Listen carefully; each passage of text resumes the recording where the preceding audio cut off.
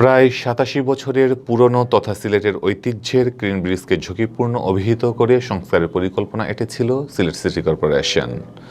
লোহার বেষ্টনী লাগিয়ে বন্ধ করে দেওয়া হয় সেতুতে যান চলাচল, কিন্তু সিসিকের সেই পরিকল্পনার পরি উড়ে গেছে, পড়ে আছে শুধু কল্পনা।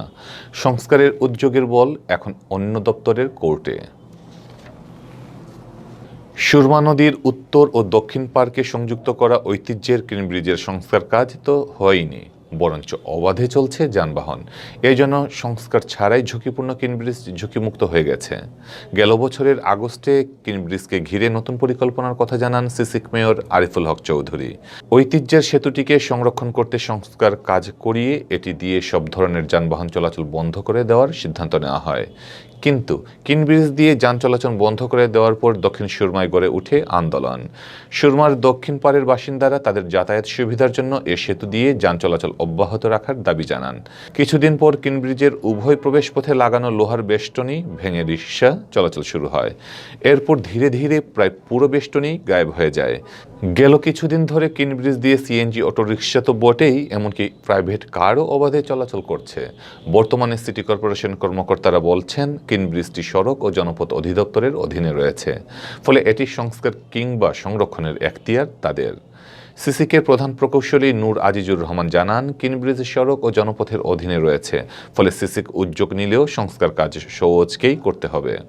এদিকে জানা গেছে, গ্রিন ব্রিজের সংস্কারের বিষয়ে বিভাগীয় কমিশনার কার্যালয়ে বিভিন্ন উন্নয়ন প্রকল্পের সমন্বয় সভায় আলোচনা করা হয়। সেখানে সেতুটির সংস্কারের বিষয়ে প্রয়োজনীয় ব্যবস্থা নিতে ৩ সদস্যের একটি কমিটি করে দেওয়া হয়। পরবর্তীতে সওজের পক্ষ থেকে সেতুটি সংস্কারের ২.৫ কোটি টাকা চেয়ে অর্থ বরাদ্দ চাওয়া হয়েছে। বরাদ্দ এলে রেল বিভাগের মাধ্যমে সংস্কার কাজ করানো হবে। সওজ সিলেটের নির্বাহী প্রকৌশলী রিতেশ বড়ুয়া জানিয়েছেন, গ্রিন ব্রিজের সংস্কারের জন্য তারা ২.৫ কোটি টাকা বরাদ্দ চেয়েছেন। এ বরাদ্দ পাওয়ার পর কাজ শুরু হবে। এই ব্রিজটা যদি কোনো দুর্ঘটনা ঘটে হাজার হাজার মানুষের জানমালের ক্ষতি হইতে পারে। এর লাগি আমরা প্রশাসনের এবং দৃষ্টি কামনা করা যে রিক্সা বা মানুষ হাঁটিয়ে যাওয়ার লাগি বাড়ি যানবাহন যেহেতু এই ব্রিজের উপরে দিয়ে না যাওয়ার লাগি আমরা দ্রুত দাবি জানাইরা। কারণ আমরা এই দক্ষিণ সুরমা তথা এই বৃহত্তর এই সিলেটের মানুষের প্রধান প্রবেশদ্বার এইটা। এই প্রবেশদ্বারে যদি এই ধরনের কোনো বড় দুর্ঘটনা ঘটে তাহলে আমরা অত্যন্ত সিলেটবাসী বিরাট একটা ক্ষতি হইব। এই ক্ষতির লাগিয়া আমরা এই ক্ষতি ফুসিয়ে ওঠার মতো আমাদের হইতো না।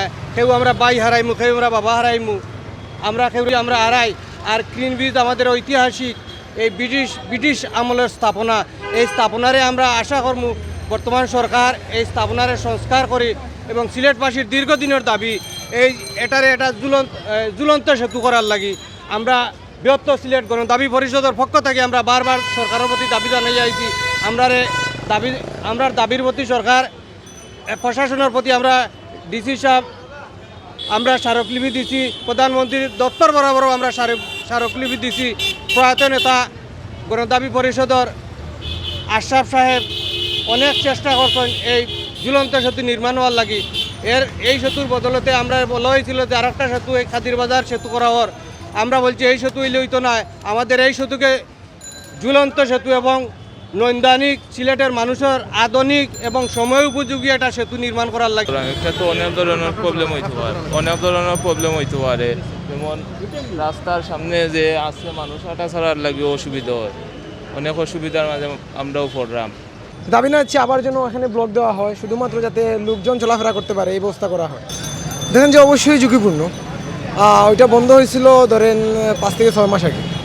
তখন আমাদের মেয়র আরিফুল হক চৌধুরী উনি বলছিলেন যে শুধুমাত্র যে লোকজন হাঁটাচলা করতে পারবে, গাড়িগুলো চলবে না। তখন আবার জিএসসি পরীক্ষাও ছিল। স্টুডেন্টরা অনেক সময় দেখা গেছে যে আপনার ওই গাড়ি নিয়ে আসতে পারে না ওইদিকে। আমাদের পুলিশি ভাই যারা আছে তারা ওখানে গাড়ি আটকেছে। এখন আবার দেখা গেছে যে গাড়িগুলো ছেড়ে দেওয়া হয়েছে, ওখানে ব্লক দেওয়া হয়েছিল, ব্লকগুলো তুলে হয়ে গেছে।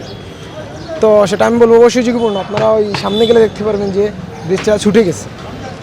দাবি না হচ্ছে আবার যেন এখানে ব্লক দেওয়া হয়, শুধুমাত্র যাতে লোকজন চলাফেরা করতে পারে এই ব্যবস্থা করা হয়।